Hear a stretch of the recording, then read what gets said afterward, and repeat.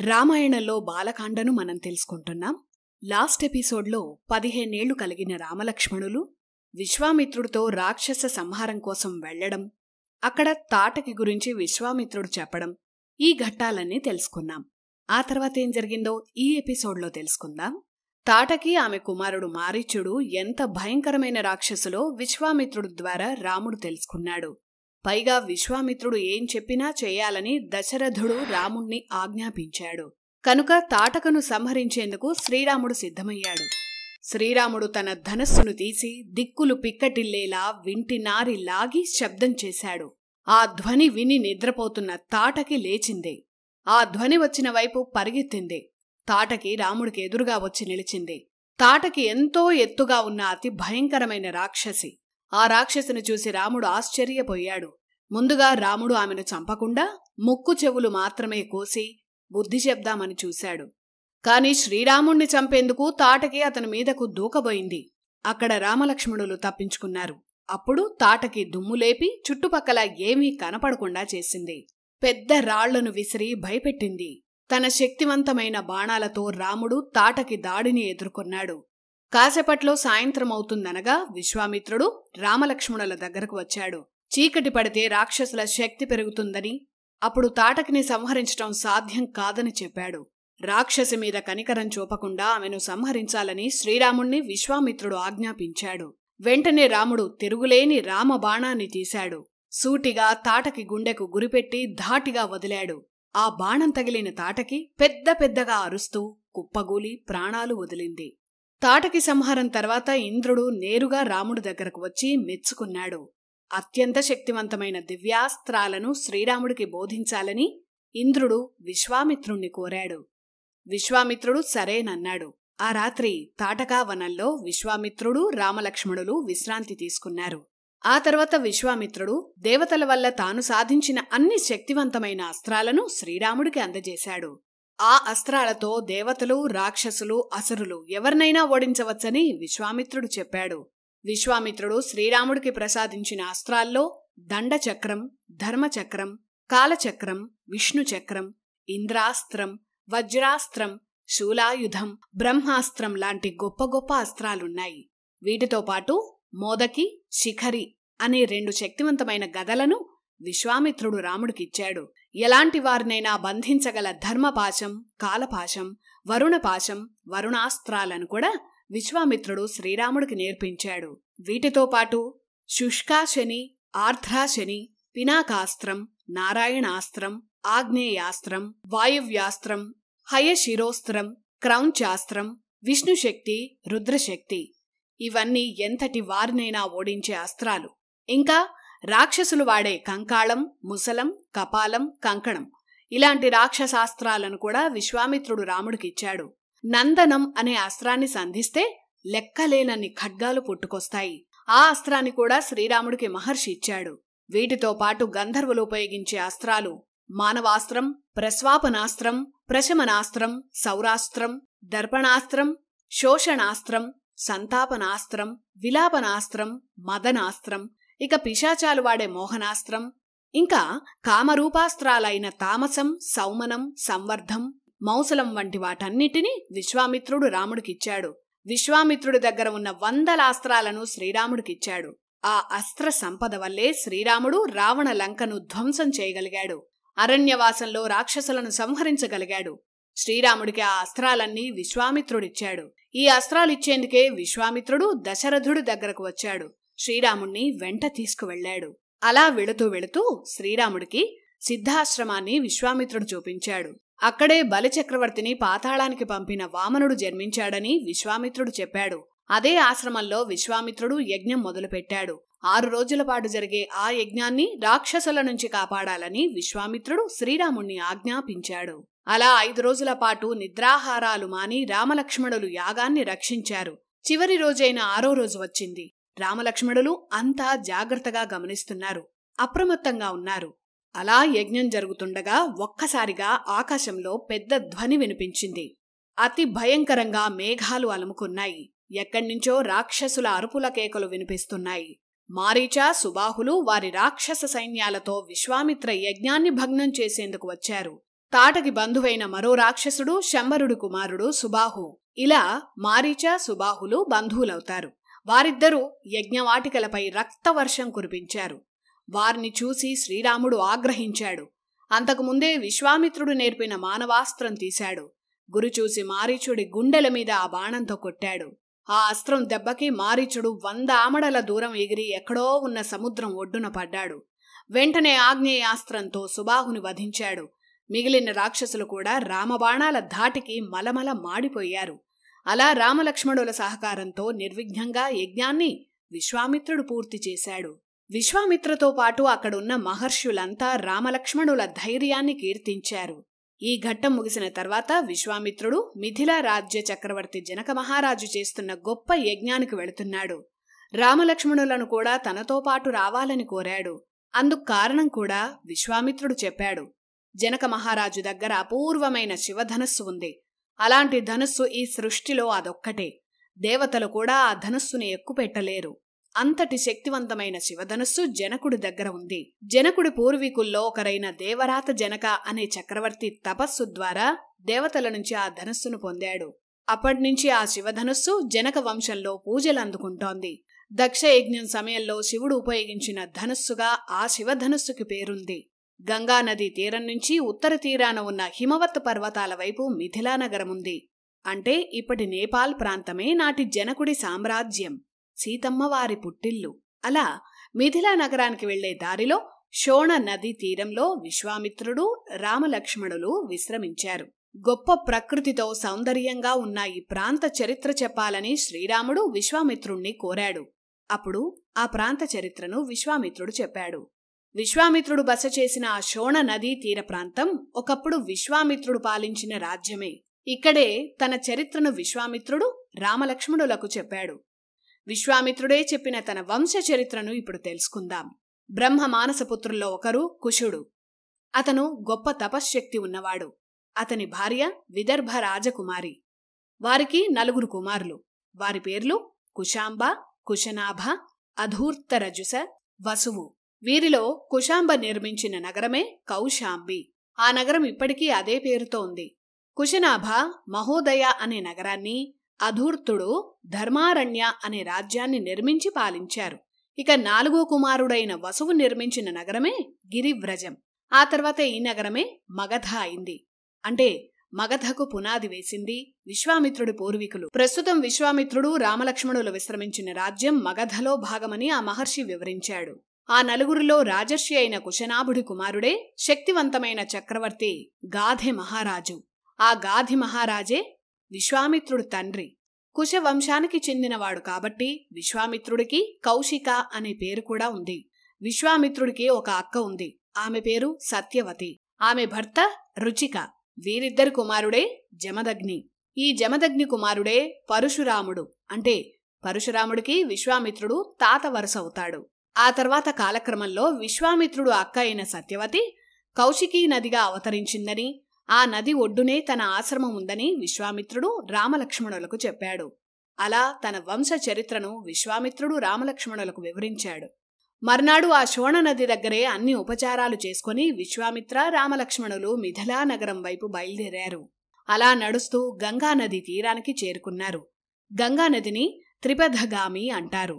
అంటే పాతాళం, భూమి, స్వర్గం 3 లోకాల్లో ప్రవహించే నది గనుక త్రిపథగామి అంటారు. ఆ గంగమ్మ చరిత్ర చెప్పాలని రామలక్ష్మణులు విశ్వామిత్రను కోరారు. ఇక్కడ విద్య నేర్చుకోవడం ఎలాగో విశ్వామిత్ర, రామలక్ష్మణుల ప్రయాణం చెప్తోంది. అప్పుడు విశ్వామిత్రుడు గంగ చరిత్రను చెప్పాడు. హిమవత్ పర్వతానికి హిమవంతుడు రాజు. అతని భార్య మనోరమ. వారి కుమార్తెలు గంగా, ఉమాదేవి. అంటే హిమాలయాల్లో పుట్టిన నదిగానే గంగానదిని రామాయణం వివరించింది. అన్ని పాపాలను తొలగించే అమృత జలాలు కలిగిన గంగమ్మను తమకివ్వాలని దేవతలు హిమవంతుణ్ణి కోరారు. లోకహితం కోసం హిమవంతుడు గంగమ్మను దేవతలకు సమర్పించాడు. అలా గంగ స్వర్గంలో ప్రవహించేది. ఇక హిమవంతుడి 2వ కుమార్తె ఉమాదేవి. పరమశివుణ్ణి వివాహం చేసుకున్న కథ అందరికీ తెలిసిందే. ఇక ఇక్ష్వాకు వంశచరిత్ర వీడియోల్లో మనం సగర అనే చక్రవర్తి గురించి చెప్పుకున్నాం కదా. సగరుడికి వైదర్భి, శైబ్య అనే 2 భార్యలున్నారు. సగరుడికి చాలా కాలం సంతానం లేదు. ఘోర తపస్సు చేసి శివుణ్ణి ప్రసన్నం చేసుకుని వారసులను ప్రసాదించమన్నాడు. కొన్నాళ్లకు సగరుని భార్యల్లో ఒకరైన వైదర్భి గర్భాన ఒక అలబూ ఫలం పుట్టింది. అలబూ ఫలం అంటే ఆనపకాయ. రెండో భార్య శైబ్య గర్భాన అసమంజస అనే కుమారుడు జన్మించాడు. మొదటి భార్యకు పుట్టిన ఆనపకాయలో విత్తనాలను ఘృత భాండాల్లో కాపాడితే 60,000 మంది కుమారులు జన్మిస్తారని సగరుడికి భృగు మహర్షి చెప్పాడు. మహాభారతంలో వ్యాసుడు ఘృత భాండాల్లోనే 100 మంది కౌరవులకు ప్రాణం పోశాడు కదా, ఆ పద్ధతి సగరుడి కాలంలోనే ఉంది. అలా సగరుడికి అసమంజసతో పాటు మరో 60,000 మంది కుమారులు జన్మించారు. అయితే వారంతా చెడుదారిలో నడిచారు. సగరుడి తపశ్శక్తితో జన్మించిన వారు కాబట్టి ఆ 60,000 మంది శక్తివంతులయ్యారు. దేవతలు ఋషులను బాధ పెట్టడం మొదలుపెట్టారు. వీళ్ల బాధపడలేక దేవతలు బ్రహ్మదేవుని వద్దకు వెళ్లి మొరపెట్టుకున్నారు. వారు ఎక్కువ కాలం బతకరని బ్రహ్మదేవుడు ఆ దేవతలతో చెప్పాడు. ఒకసారి సగరుడు అశ్వమేధ యాగం చేశాడు. అశ్వమేధ యాగంలో ఒక గుర్రాన్ని రాజ్యమంతా ప్రయాణం చేయిస్తారు. ఆ గుర్రం ఎంతవరకు తిరిగితే అంతవరకు రాజ్యం ఆ చక్రవర్తిదే. ఆ యాగాశ్వాన్ని రక్షించే బాధ్యతను 60,000 మంది కుమారులకు సగరుడు ఇచ్చాడు. ఆ యాగాశ్వం నీళ్లు లేని సముద్ర ప్రాంతంలోకి వెళ్లి ఒక్కసారిగా మాయమైంది. సగరుడి కుమారులు యాగాశ్వాన్ని వెతుకుతూ పాతాళలోకం వరకు వెళ్లారు. వారికి పాతాళంలో కపిల మహాముని ఆశ్రమంలో యాగాశ్వం కనిపించింది. విష్ణువు 21 అవతారాల్లో ఒకరే కపిల మహర్షి. కపిలుడే తమ గుర్రాన్ని దొంగిలించాడనుకున్నారు సగరుడి కుమారులు. కపిలమునిని బంధించాలని చూశారు. ఆ మహాముని కోపాగ్నితో 60,000 మంది సగర కుమారులను భస్మం చేశాడు. తన కుమారులు మరణించిన విషయం నారదుని ద్వారా తెలుసుకుని సగరుడు బాధపడ్డాడు. ఆ సమయానికి సగరుడి పెద్ద కుమారుడైన అసమంజసుడికి అంశుమంత అనే కుమారుడు పుట్టాడు. అంటే సగరుడి మనవడన్నమాట. సగరుడు అంశుమంతును పిలిచి, నా కుమారులు విధివశాత్తు మరణించారు, కాని అశ్వమేధయాగం సగంలో ఆగిపోయింది, దాన్ని నువ్వు పూర్తి చెయ్యి అని కోరాడు. అంశుమంతుడు కపిల మహామునిని దర్శించి తాను వచ్చిన పని వివరించి యాగాశ్వాన్ని అప్పగించాల్సిందిగా అభ్యర్థించాడు. కపిల మహర్షి అంశుమంతునికి యాగాశ్వాన్ని అప్పగించాడు. అలా మనవడి సహాయంతో అశ్వమేధయాగాన్ని సగరుడు పూర్తి చేశాడు. సముద్రాన్ని తన కుమారునిగా సగరుడు స్వీకరించాడు. అందుకే సముద్రానికి సగరుడి వల్ల సాగరం అనే పేరొచ్చింది. కాని సగరుడి కుమారుల అస్థికలపై గంగానదిని ప్రవహింపజేస్తే వారికి ఉత్తమ గతులు కలుగుతాయి. ఎక్కడో స్వర్గంలో ప్రవహిస్తున్న గంగమ్మ భూమి మీదకు రప్పించాలంటే ఎంతో కష్టం. సగరుడి తర్వాత అతని మనవడు అంశుమంత, అతని కుమారుడు దిలీప. అతను కూడా గొప్ప తపస్సు చేశాడు. కాని గంగను రప్పించలేకపోయారు. కాని దిలీపుని కుమారుడు భగీరథ మాత్రం గంగను భూమికి తెచ్చాడు. భగీరథ ఈ పేరు వినని వారు బహుశా ఉండరు. అద్భుతమైన ఇరిగేషన్ ఇంజనీర్ భగీరథ. ప్రపంచంలోనే ప్రఖ్యాతి చెందిన గంగానది భూమి మీద ప్రవహిస్తోంది అంటే అందుకు కారణం భగీరథ ప్రయత్నం. భగీరథుడే గంగానదిని కట్టడి చేసి ప్రజల అవసరాలకు అనుకూలంగా ప్రవహించేలా ఇంజనీరింగ్ చేశాడు. భగీరథుడి పూర్వీకుడైన సగరుడు అశ్వమేధయాగం చేసినప్పుడు ఆయన 60,000 మంది కుమారులను కపిల మహర్షి భస్మం చేశాడని చెప్పుకున్నాం కదా.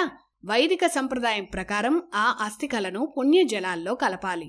అందుకు గంగానదిని భూమి మీదకు తీసుకురావాలని సగరుడు, సగరుని కుమారుడు, మనవడు, ఆ తర్వాత సగరుడి ముని మనవడైన దిలీపుడు కూడా ప్రయత్నించారు. కాని గంగమ్మను భూమి మీదకు తీసుకురావడం ఎవరివల్లా కాలేదు. భగీరథుడు స్వర్గంలో ప్రవహించే గంగను భూమి మీదకు తీసుకురావాలని ఘోర తపస్సు చేశాడు. గంగానది స్వర్గంలో ప్రవహించే నదిగా ప్రసిద్ధి చెందింది. భగీరథుడు 1000 సంవత్సరాలు తపస్సు చేశాడని అంటారు. యోగ ప్రక్రియ ద్వారా ఎన్నేళ్లైనా బతకవచ్చని, శ్వాసను నియంత్రిస్తే 1000 ఏళ్లు బతకడం సాధ్యమేనని యోగశాస్త్రం చెప్తోంది.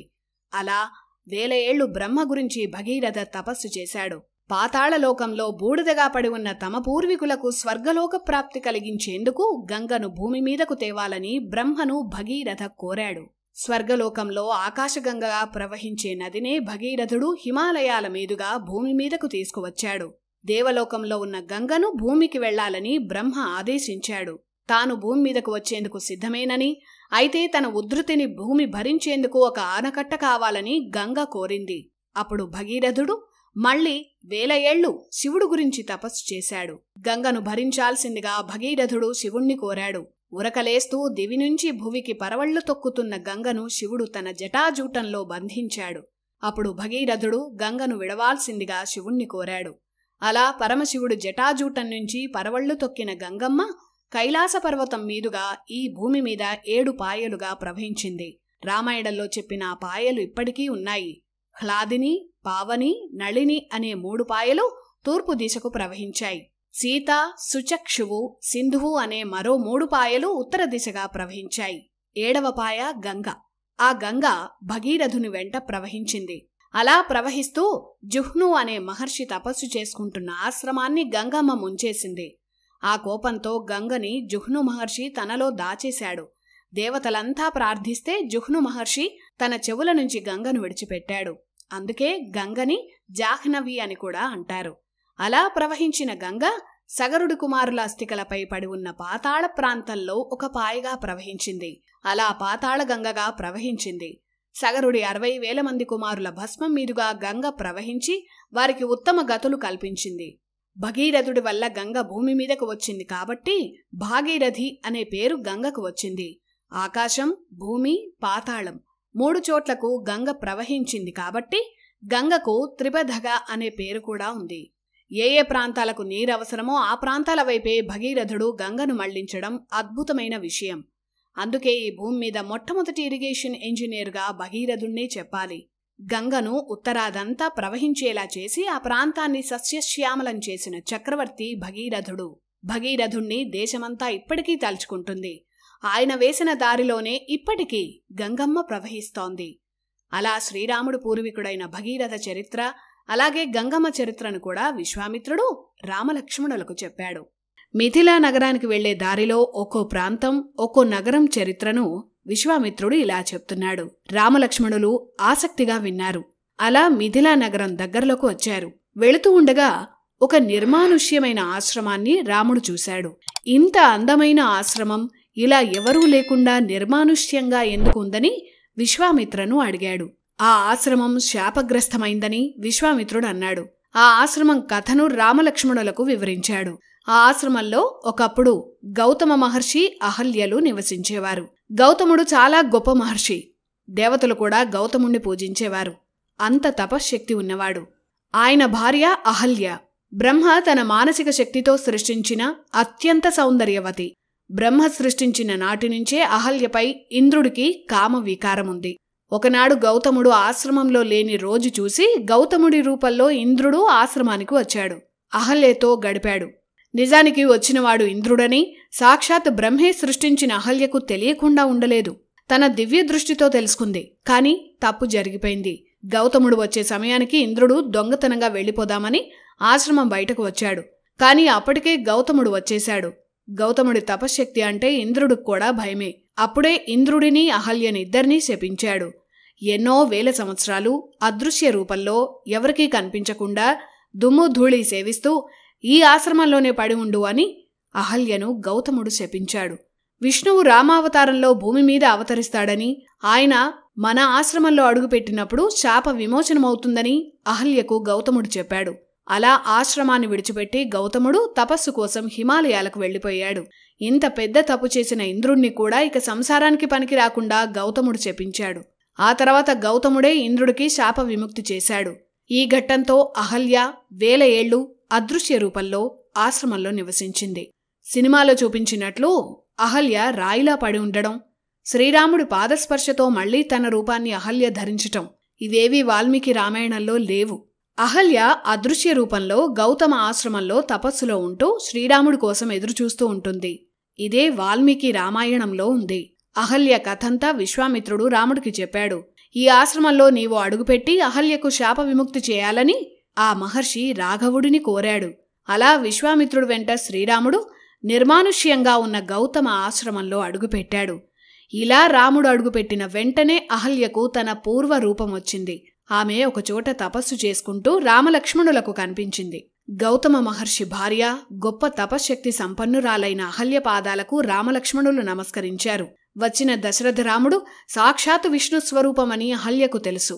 కనుక శ్రీరాముడి పాదాలకు ఆమె కూడా నమస్కరించింది. రామలక్ష్మణులకు అహల్య గొప్ప ఆతిథ్యమిచ్చింది.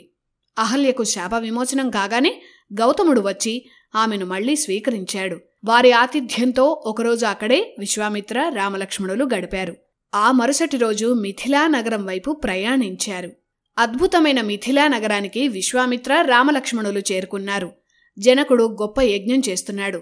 అందువల్ల నగరమంతా పండుగ వాతావరణం కనిపిస్తోంది. విశ్వామిత్రుడి రాక గురించి తెలుసుకున్న జనకుడు ఆయన్ను సాదరంగా ఆహ్వానించాడు. వెంటనే ఆయన వెనకే వచ్చిన గొప్ప తేజస్సుతో వెలిగిపోతున్న రామలక్ష్మణులను చూసిన జనకుడు వారి గురించి విశ్వామిత్రును అడిగాడు. వీరిద్దరూ దశరథ చక్రవర్తి కుమారులని, రాక్షస సంహారం కోసం తాను తీసుకువచ్చానని జరిగిన కథంతా జనకుడికి విశ్వామిత్ర చెప్పాడు. దశరథకు రాజపురోహితుడు వశిష్ఠుడని చెప్పుకున్నాం. అలాగే జనకుడి రాజపురోహితుడు శతానంద. ఈ శతానంద ఎవరో కాదు, గౌతమ మహర్షి అహల్య కుమారుడే, గొప్ప వేదఋషి మహర్షి. శ్రీరాముణ్ణి చూసి శతానందుడు చాలా ఆనందించాడు. ఎందుకంటే ఎన్నో ఏళ్లుగా శాపం వల్ల అదృశ్యంగా ఉన్న తన తల్లికి ఆ శ్రీరాముడే శాప విమోచనం చేశాడని తెలిసి శతానందుడు శ్రీరాముడికి భక్తిపూర్వకంగా నమస్కరించాడు. అందరూ విడిది చేశాక చాలాసేపు శతానందుడు శ్రీరాముడితో మాట్లాడాడు. ఆ సందర్భంలోనే విశ్వామిత్రుడి చరిత్రను శతానందుడు రాముడితో చెప్పాడు. రామాయణంలో ఎన్నో ఉపకథలు ఉన్నాయి. ఆ కథల్లో శ్రీరాముడి వంశీకులతో పాటు ఎందరివో చరిత్రలుంటాయి. శ్రీరాముడికి శతానంద చెప్పిన విశ్వామిత్ర చరిత్రను ఇప్పుడు తెలుసుకుందాం. క్షత్రియుడిగా పుట్టి పట్టుదలతో బ్రహ్మర్షి అయిన గొప్ప మహర్షి విశ్వామిత్రుడు. కుశ వంశానికి చెందిన రాజు గాధే. గాధె కుమార్తె సత్యవతి. ఆమె భర్త గొప్ప ఋషి అయిన రుచీక. గాధెకి కుమారులు లేరు. తనకు తన తల్లికి కుమారులు కలిగేలాగా ఏదైనా దారి చూపమని సత్యవతి తన భర్త రుచిక మహర్షిని అడిగింది. రుచీకుడు ఒక యాగం చేసి తమకు బ్రాహ్మణుడు పుట్టేలా ఒక హవిస్సు, అత్తగారికి క్షత్రియుడు పుట్టేలా మరో హవిస్సు మంత్రించి పక్కనబెట్టి బయటకు వెళ్లాడు. ఈ విషయం తెలియని సత్యవతి ఆత్రంతో క్షత్రియ అంశతో ఉన్న యాగప్రసాదాన్ని తాను తీసుకుంది. బ్రాహ్మణ అంశతో ఉన్న యాగప్రసాదాన్ని తల్లికి ఇచ్చింది. యోగదృష్టితో రుచీకుడు జరిగిన తప్పును తెలుసుకున్నాడు. నీకు క్షత్రియ స్వభావం ఉన్న బ్రాహ్మణుడు, మీ అమ్మకు బ్రాహ్మణ స్వభావం ఉన్న క్షత్రియుడు పుడతాడని రుచీకుడు సత్యవతికి చెప్పాడు. అప్పుడు సత్యవతి తన భర్తను బతిమాలుకుంది. తన కుమారుడు సాత్వికంగా ఉండేలా, మనవడు క్షత్రియ అంశతో ఉండేలా చూడమని భర్తను కోరింది. అలా గాధెకి కుమారుడు జన్మించాడు. అతనికి విశ్వరథ అనే పేరు పెట్టారు. రుచిక సత్యవతులకు జమదగ్ని పుట్టాడు. అతను గొప్ప మహర్షి అయ్యాడు. ఆ జమదగ్ని కుమారుడే పరశురాముడు. అంటే విశ్వామిత్రుడికి అక్క సత్యవతి కనుక ఆమె కుమారుడైన జమదగ్ని విశ్వామిత్రకు మేనల్లుడు. అతని కుమారుడైన పరశురాముడు విశ్వామిత్రకు మనవడవుతాడు. బ్రాహ్మణ హవిస్సు వల్ల జన్మించిన క్షత్రియుడు విశ్వరథుడు. అందువల్ల క్షత్రియుడికి ఉండే ఆవేశం, ఆగ్రహం విపరీతంగా విశ్వరథుడికి ఉండేవి. వాటిని తగ్గించుకోవడానికి విశ్వామిత్రుడు నానా పాట్లు పడ్డాడు. విశ్వరథుడు బ్రహ్మర్షి విశ్వామిత్రుడు కావడం వెనుక విచిత్రమైన కథ ఉంది. విశ్వామిత్ర చక్రవర్తిగా ఉన్న రోజుల్లో ఓసారి వేటకు వెళ్లాడు. దారిలో అద్భుతంగా కనిపిస్తున్న వశిష్ఠ ఆశ్రమం దగ్గర ఆగాడు. వశిష్ఠుడికి నమస్కరించాడు. చక్రవర్తి గనుక మహర్షి కూడా సాదరంగా ఆహ్వానించాడు. మీకు మీ సైన్యానికి అద్భుతమైన విందిస్తానని వశిష్ఠుడు విశ్వరథతో అన్నాడు. ఒక బ్రాహ్మణుడు ఇంత సైన్యానికి విందు ఎలా పెడతాడో చూద్దామని విశ్వరథుడు కూడా సరే అన్నాడు. అప్పుడు వశిష్ఠుడు తన ఆశ్రమంలో ఉన్న కామధేనువు శబళను పిలిచాడు. ఆ గోవు వచ్చింది. చక్రవర్తి విశ్వరథుడికి, అతని సైన్యానికి వారు ఊహించనంత రుచికరమైన పదార్థాలు సిద్ధం చెయ్యి అని కోరాడు. ఒక్క క్షణంలో ఆ కామధేనువు అడిగిన పదార్థాలను కళ్ల ముందు ఉంచింది. విశ్వరథుడు ఆశ్చర్యపోయాడు. అలాంటి గోవు చక్రవర్తుల దగ్గర ఉండాలిగాని ఈ మహర్షి దగ్గర ఎందుకు అనుకున్నాడు. కామధేనువు శబళను తనకివ్వాలని కోరాడు. వశిష్ఠుడు ఇవ్వను అన్నాడు. 100 కోట్ల గోవులిచ్చినా ప్రాణ సమానమైన ఈ కామధేనువుని ఇవ్వను అని తెగేసి చెప్పాడు. విశ్వరథుడికి కోపం వచ్చింది. శబళను బలవంతంగా ఈడ్చుకురమ్మని భటులను ఆదేశించాడు. వచ్చిన సైనికులందర్నీ శబళ విసిరిపారేసింది. అలాగే కామధేనువు 100 సైన్యాన్ని సృష్టించి విశ్వరథుడి సైన్యాన్ని నాశనం చేసింది. ఆ దాడిలో విశ్వరథుడి కుమారులు కూడా మరణించారు. అప్పుడు విశ్వామిత్రుడికి అర్థమైంది. క్షాత్రబలంతో ఏమీ చేయలేమని, తపోశక్తిని మించింది లేదని గ్రహించాడు. అదే విశ్వరథుణ్ణి విశ్వామిత్రగా మార్చింది. ఈ ఘట్టమే అతని జీవితంలో గొప్ప మలుపు. అయితే విశ్వామిత్రుడు వశిష్ఠుడి మీద పగతో మహర్షి అయ్యాడు. అతన్ని మించిన తపోశక్తిని సాధించాలని అనుకున్నాడు. హిమాలయాలకు వెళ్లాడు. శివుడి కోసం ఘోరమైన తపస్సు చేశాడు. శివుడు ప్రత్యక్షమయ్యాడు. ఎన్నో అస్త్రాలు పొందాడు. అవి పట్టుకొని వశిష్ఠాశ్రమానికి వెళ్లి ఆశ్రమాన్ని తగలబెట్టాడు. వశిష్ఠుడికి కోపం వచ్చింది. తన బ్రహ్మదండం తీశాడు. విశ్వామిత్రుడు ప్రయోగించిన అస్త్రాలేవీ వశిష్ఠుని బ్రహ్మదండం ముందు పనికిరాలేదు. బ్రహ్మర్షి వశిష్ఠుడి శక్తి అంతా ఆ బ్రహ్మదండంలో ఉంది. ఆ శక్తి కావాలంటే బ్రహ్మర్షి కావాలి. ఎలాగైనా బ్రహ్మర్షి కావాలని విశ్వామిత్రుడు అనుకున్నాడు. అయితే తన భార్యతో పాటు వెళ్లి తపస్సు చేశాడు. క్షత్రియ గుణాలు పోని విశ్వామిత్రుడు తపస్సు చేస్తూనే 4 పిల్లల్ని కన్నాడు. అందువల్ల బ్రహ్మర్షి కావలసిన విశ్వామిత్రుడు రాజర్షి మాత్రమే కాగలిగాడు. ఇలా అయితే కాదని ఈసారి సంసారాన్ని వదిలేశాడు. ఈసారి ఘోర తపస్సుకి కూర్చున్నాడు. ఆ సమయంలోనే ఇక్ష్వాకు వంశంలో త్రిశంకు పరిపాలిస్తున్నాడు.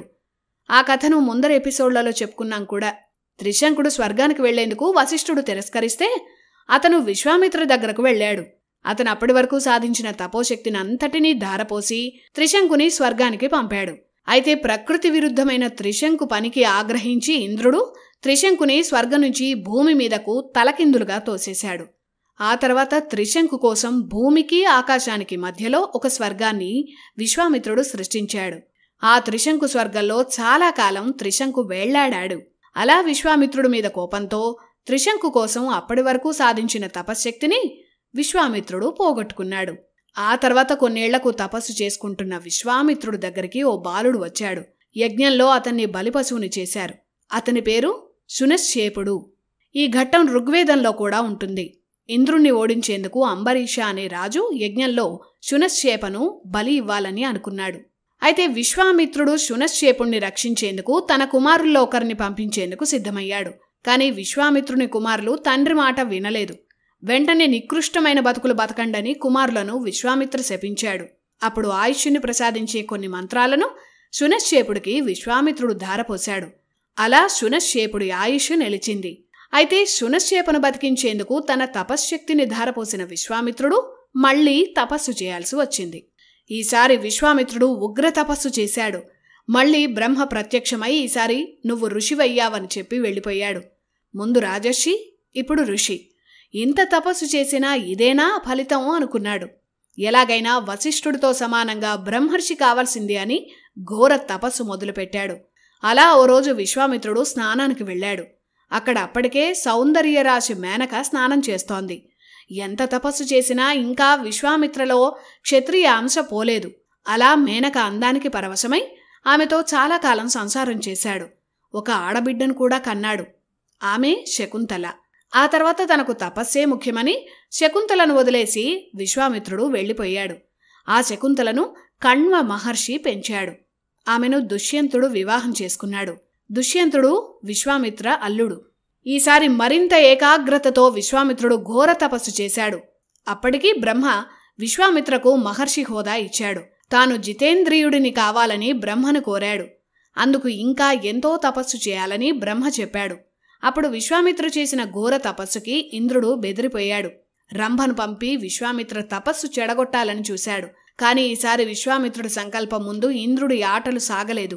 విశ్వామిత్రుడి తపస్సుకి బ్రహ్మ మెచ్చి చివరిగా బ్రహ్మర్షి అని సంబోధించాడు. బ్రహ్మర్షి కావడానికి విశ్వామిత్రుడు ఇంత కష్టపడ్డాడని శతానందుడు శ్రీరాముడికి వివరించాడు. అయితే సాక్షాత్ బ్రహ్మే బ్రహ్మర్షి అని పిలిచినా విశ్వామిత్రకు సంతృప్తి కలగలేదు. వశిష్ఠుడు తనను బ్రహ్మర్షిగా ఒప్పుకుంటే తప్ప తనకు సంతృప్తి లేదన్నాడు.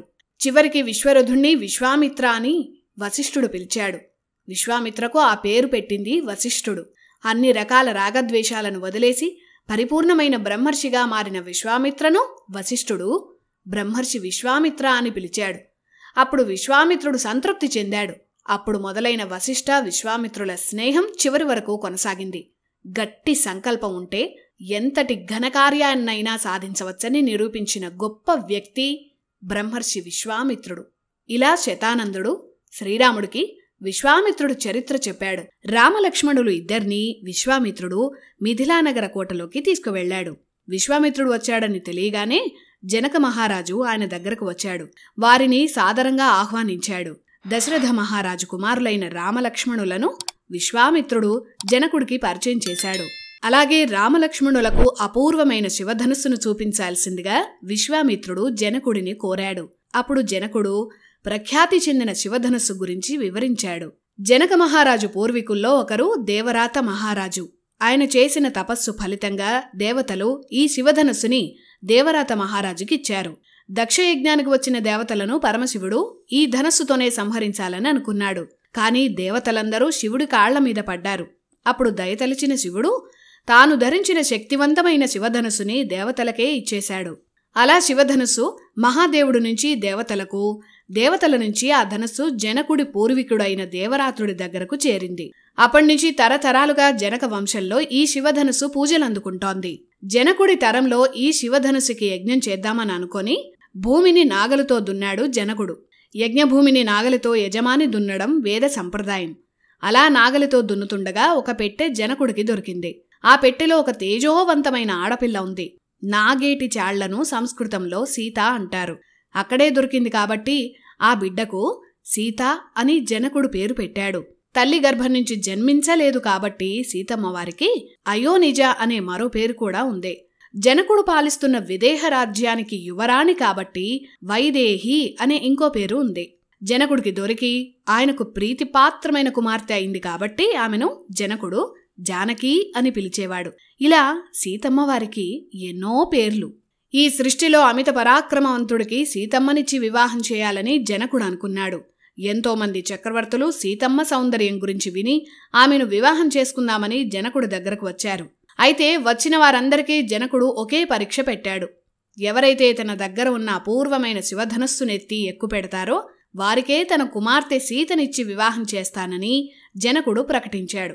అంతే తప్ప సినిమాల్లో చూపించినట్టు సీతాస్వయంవరం ఏమీ జరగలేదు. అందరు రాజులను పిలవడం, వారు శివధనుస్సు ఎత్తలేక పడిపోతే మిగిలిన రాజులు చూసి నవ్వడం ఇలాంటివేవి వాల్మీకి రామాయణంలో లేవు. ముఖ్యంగా రావణుడు కూడా ఆ స్వయంవరానికి వచ్చాడని కొన్ని సినిమాల్లో, సీరియళ్లలో చూపించటం మరీ హాస్యాస్పదం. అసలా ఘట్టమే రామాయణంలో లేదు. సీతమ్మను కోరి ఎవరైనా చక్రవర్తి వస్తే వారికి శివధనస్సుని జనకుడు చూపించేవాడు. ఆ ధనస్సునెత్తి గురిపెడితే పిల్లనిస్తానని చెప్పేవాడు. కొండంత బరువుండే ఆ ధనస్సుని ఏ ఒక్క చక్రవర్తి కదపలేకపోయారు. అంతే తప్ప సీతమ్మకు స్వయంవరం ఎప్పుడూ జరగలేదు.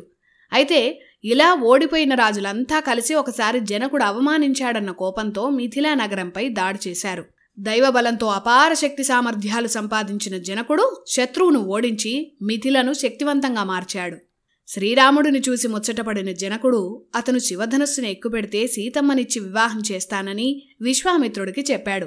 శివధనస్సుని తీసుకురావాలని విశ్వామిత్రుడు జనకుడిని ఆజ్ఞాపించాడు. ఆ శివధనస్సు ఎంత పొడవైనది! ఒక పొడుగైన ఇనుప పెట్టెలో ఆ ధనస్సుని ఉంచారు. ఆ పెట్టెకు 8 చక్రాలున్నాయి. 5,000 మంది బలమైన సైనికులందరూ కలిసి లాగితే తప్ప ఆ పెట్టె కదలదు. ఆ ధనుస్సు ఎంత బరువో ఊహించుకోవచ్చిలా. అలాంటి ధనస్సుని యజ్ఞశాలకు సైనికులు అతి కష్టం మీద తీసుకువచ్చారు. దేవతలు కూడా ఎక్కుపెట్టలేని ధనస్సు ఇదేనని, మనుషులు కనీసం ఈ ధనస్సును కదపలేరని రామలక్ష్మణులకు కూడా వినపడేట్టు విశ్వామిత్రుడికి జనకుడు చెప్పాడు. రామాయణంలో అత్యంత సుందరమైన, అతి శక్తివంతమైన ఘట్టమిది. విశ్వామిత్రుడు ఆదేశం ఇవ్వగానే శ్రీరాముడు ఆ పెట్టె దగ్గరకు వెళ్ళాడు. ఆ మహర్షి అనుమతి, ఆశీర్వాదం తీసుకొని రాముడు ఆ ధనుస్సున్న ఇనుప పెట్టెని తెరిచాడు.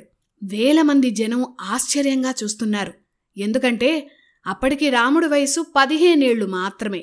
ఆ ధనస్సును ఎత్తేందుకు ఎంతోమంది చక్రవర్తులు రావడం, కనీసం ఆ ధనస్సుని కదపలేకపోవడం ఇదంతా ఆ జనం చూశారు. మహాచక్రవర్తులే ఎత్తలేని ఆ ధనస్సుని ఈ పిల్లవాడు ఎలా ఎత్తుతాడా అని అక్కడ ప్రజలు ఆశ్చర్యంగా చూస్తున్నారు. అందరూ చూస్తుండగా శ్రీరాముడు ఆ మహాశివధనుస్సుని మధ్యభాగంలో పట్టుకొని అవలీలగా ఎత్తాడు. ఆ ధనుస్సు నారిని తీసి రెండో వైపు ధనుస్సుకి చాలా సులువుగా బిగించాడు. శివధనుస్సును ఎక్కుపెట్టి పెళపెళమని శబ్దం వచ్చేలా మధ్యకు విరిచేశాడు. విరిగిన ఆ ధనస్సు కింద పడినప్పుడు భూమి కంపించింది. పిడుగులు పడినంత శబ్దం వచ్చింది. రామలక్ష్మణులు, విశ్వామిత్ర తప్ప అందరూ కింద పడ్డారు. శ్రీరాముడు అడుగు కూడా చెలించకుండా అక్కడే నిలబడి చిద్విలాసంగా చూస్తున్నాడు. సాక్షాత్ విష్ణువే శివధనుస్సును ఎక్కుపెడితే ఎలా ఉంటుందో ఆ రోజు మిథిలా ప్రజలు ప్రత్యక్షంగా చూశారు. రామాయణంలోని అద్భుత ఘట్టాల్లో ఈ ఘట్టం ఒకటి.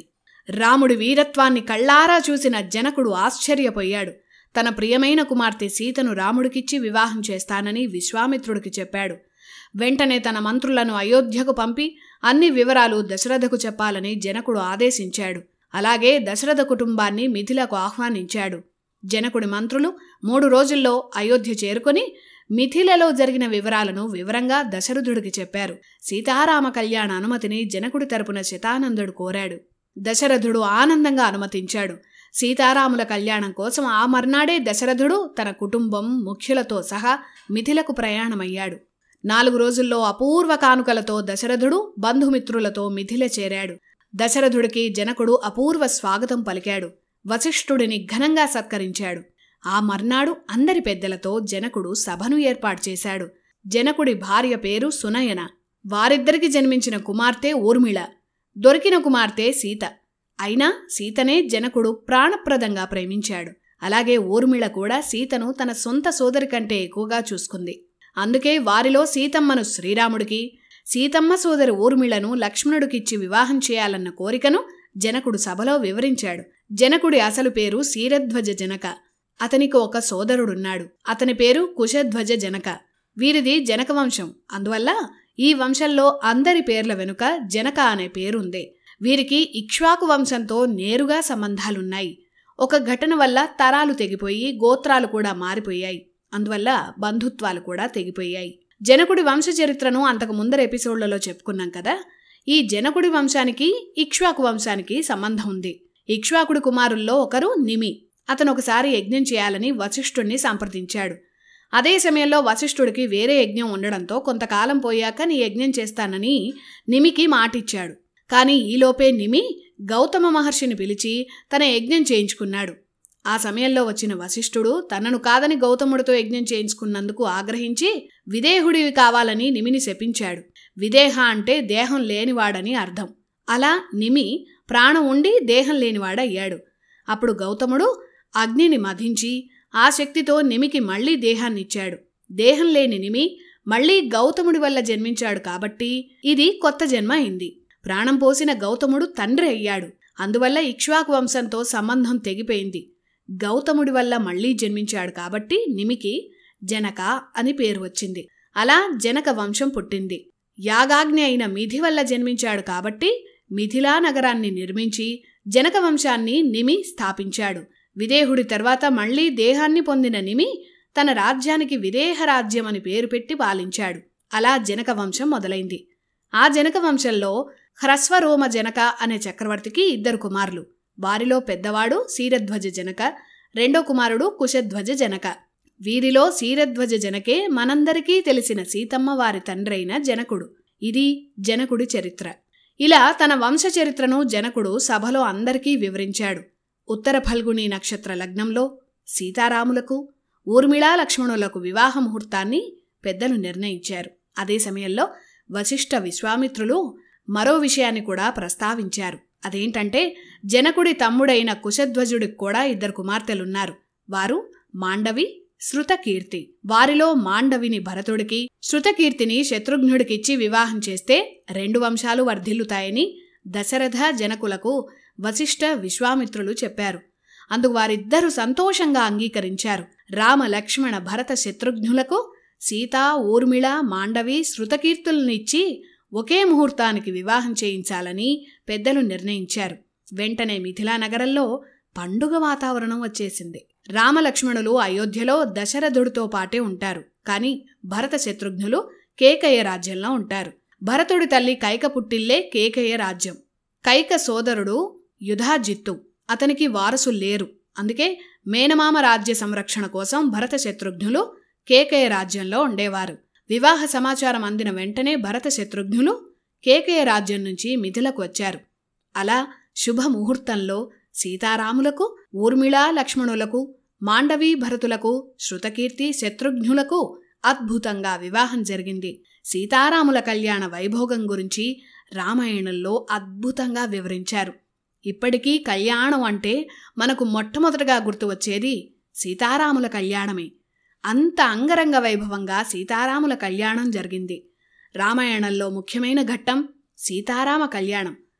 మిథిలా నగరంలో సీతారాములు, ఊర్మిళ లక్ష్మణులు, మాండవీ భరతులు, శృతకీర్తి శత్రుఘ్నుల వివాహాలు అంగరంగ వైభవంగా జరిగాయి. ఆ తర్వాత ఈ ఘట్టం అంతటినీ నడిపించిన విశ్వామిత్రుడు అందరి దగ్గర వేడుకోలు తీసుకొని తపస్సు కోసం హిమాలయాల వైపు వెళ్లాడు. అంటే అప్పటికే రావణుడికి నమ్మకమైన రాక్షస సైన్యంలో తాటక, మారీచ, సుబాహులున్నారు. రావణుడి శక్తిని నెమ్మదిగా తగ్గించాలంటే అతని బలాలను ముందే తుంచేయాలి. అందుకే విశ్వామిత్రుడు తాటక, మారీచ, సుబాహు సంహారానికి శ్రీరాముణ్ణి తీసుకువెళ్లాడు. అలాగే రాముడు యుద్ధం చేయాలంటే అందుకు ఒక బలమైన కారణం ఉండాలి. అదే సీతా వియోగం. అందుకే సీతా కళ్యాణాన్ని దగ్గరుండి నడిపించాడు. శ్రీరాముడి శక్తిని ప్రపంచానికి చాటేందుకు శివధనస్సుని దగ్గరుండి విశ్వామిత్రుడు భంగం చేయించాడు. విష్ణువే రాముడని విశ్వామిత్రుడికి తెలుసు కదా. విశ్వాన్నే మోస్తున్న విష్ణువుకి ఈ శివధనస్సు ఒక లెక్క. శివధనస్సుని శ్రీరాముడు ఏం చేస్తాడో విశ్వామిత్రునికి ముందే తెలుసు. ఆనాడు శివధనస్సుని రాముడు విరిచిన ముహూర్తమే రావణ సంహారానికి కూడా ముహూర్తం నిశ్చయమైపోయింది. విశ్వామిత్రుడు ఏ కారణంతో అయితే శ్రీరాముడి దగ్గరకు వచ్చాడో ఆ లక్ష్యం నెరవేరింది. 5 రోజుల పాటు కన్నుల పండుగగా జరిగిన సీతారాముల కళ్యాణాన్ని కన్నులారా చూసి వచ్చిన పని పూర్తయిన విశ్వామిత్రుడు వెంటనే తన తపస్సుకు వెళ్ళిపోయాడు. అతని పాత్ర ఇక్కడితో పూర్తయింది. అందుకే రామాయణంలో ప్రతి పాత్రను అర్థం చేసుకోవాలి. ప్రతి పాత్రకు ఒక అంతరార్థం ఉంది. విశ్వామిత్రుడు వెళ్ళాక దశరథుడు కూడా జనకుడి దగ్గర వీడుకోలు తీసుకొని కుమారులు, కోడళ్ళు, బంధుగణంతో అయోధ్యకు బయలుదేరాడు. కొంత దూరం వెళ్ళాక ఒక్కసారిగా గాలి దుమారం లేచింది. వాతావరణం భయంకరంగా మారింది. దాంతో అందరూ భయపడ్డారు. అంతలో ఒక గొప్ప మహర్షి వారి ముందు ప్రత్యక్షమయ్యాడు. అతనే పరశురాముడు. చేతిలో ఒక ధనుస్సు, మరో చేతిలో తన ఆయుధమైన గండ్రగొడ్డలి పట్టుకొని దశరథుడు ముందు ప్రత్యక్షమయ్యాడు. క్షత్రియులందర్నీ సంహరించిన పరశురాముడు మళ్లీ ఆయుధాలు ధరించి ఎందుకొచ్చాడా అని దశరథుడు భయపడ్డాడు. పరశురాముడు కనిపించగానే దశరథుడు శిరస్సు వంచి భయంతో ప్రణామం చేశాడు. భృగువంశీకులను భార్గవులంటారు. భృగువంశానికి చెందిన పరశురాముడికే మరో పేరు భార్గవరాముడు. శ్రీరాముడికి ముందరి అవతారం దశావతారాల్లో 6వ అవతారం పరశురాముడు. ఇప్పుడు ఆ అవతారాంశ దశరథరాముల్లో ఉందన్న విషయాన్ని భార్గవరాముడు గ్రహించలేకపోయాడు. అందుకే నేరుగా బాలుడైన శ్రీరాముడి దగ్గరకు పరశురాముడు వెళ్ళాడు. మిథిలా నగరంలో శివధనస్సు విరిచింది నువ్వేనా అని కోపంగా శ్రీరాముణ్ణి పరశురాముడు అడిగాడు. భార్గవరాముడికి వినమ్రంగా నమస్కరించి అవునని శ్రీరాముడు సమాధానం చెప్పాడు. అలా అయితే ఈ ధనుస్సుని కూడా ఎక్కుపెట్టు, అప్పుడు నీవు బలవంతుడువని నమ్ముతాను అని పరశురాముడు తన చేతిలో ఉన్న ధనస్సును చూపించాడు. ఆ ధనస్సు పరశురాముడి అస్త్రం. విష్ణు ధనస్సుగా విఖ్యాతి చెందింది. శివధనస్సు, విష్ణుధనస్సు ఒకే శక్తి ఉన్న అస్త్రాలు. వాటితో త్రిపురాసురులను సంహరించిన శివధనుస్సునే శ్రీరాముడు విరిచాడు. ఇక పరశురాముడి చేతిలో ఉన్న ధనుస్సు సాక్షాత్ విష్ణువే వినియోగించిన ధనుస్సు. పరశురాముడి తాతగారైన రుచీకుడికి విష్ణువు ఆ ధనుస్సుని ప్రసాదించాడు. అలా పరశురాముడి వంశానికి ఈ ధనుస్సు వచ్చింది. అలాంటి విష్ణు ధనస్సుని ఎక్కుపెడితే నీతో ద్వంద్వ యుద్ధం చేస్తానని పరశురాముడు శ్రీరాముడితో కోపంగా అన్నాడు. పరశురాముడు కోపం గురించి తెలిసిన దశరథుడు పరుగున వచ్చి బాలుడైన శ్రీరాముణ్ణి వదిలేయమని భార్గవరాముణ్ణి ప్రాధేయపడ్డాడు. అయినా పరశురాముడు పట్టించుకోలేదు. అప్పుడు శ్రీరాముడు కూడా పరశురాముణ్ణి చూసి ఆగ్రహించాడు. భార్గవరాముడి దగ్గర ఉన్న విష్ణుధనుస్సును కూడా శివధనుస్సులాగే తీసుకొని ఎక్కుపెట్టాడు. ఆ ధనుస్సుకి బాణాన్ని కూడా దశరథరాముడు ఎక్కుపెట్టాడు.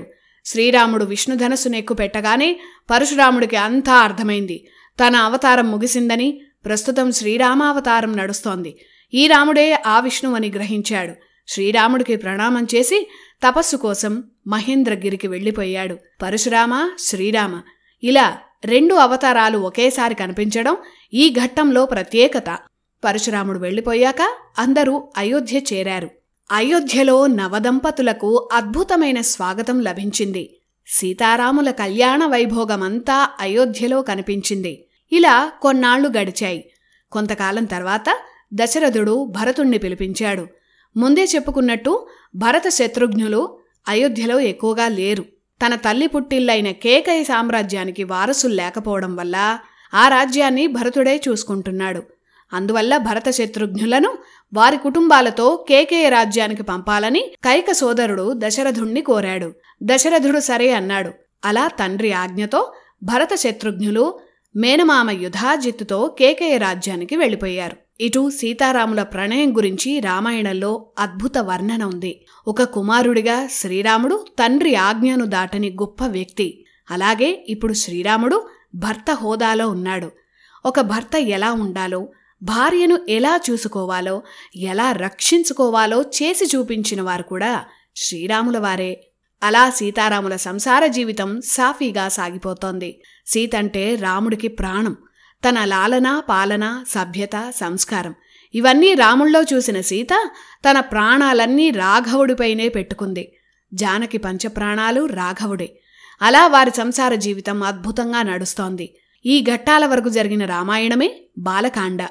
ఈ బాలకాండ సీతారాముల కళ్యాణంతో సమాప్తమవుతుంది. ఆ తర్వాత రామాయణంలో రెండో కాండ అయిన అయోధ్యకాండ మొదలవుతుంది. అయోధ్యలో సింహాసనం కోసం జరిగే రాజకీయాలే అయోధ్యకాండ. ఈ అయోధ్యకాండే రామాయణంలో అత్యంత కీలకమైన మలుపు.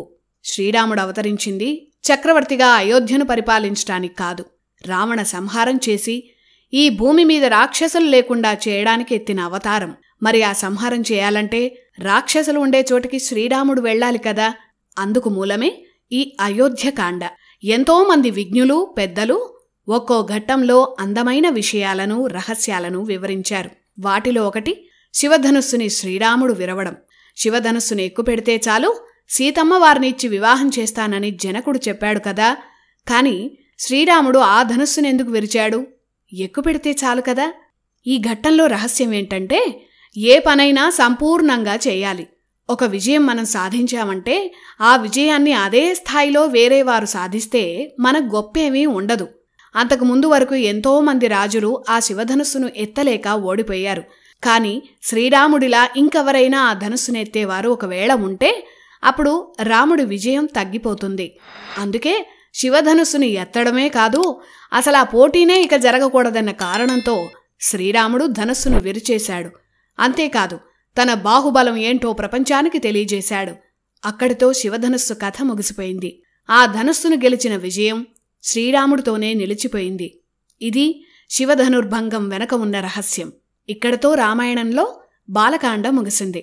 రామాయణంలో అత్యంత కీలకమైన అయోధ్యకాండను మనం వచ్చే ఎపిసోడ్స్లో తెలుసుకుందాం. జై శ్రీరామ్.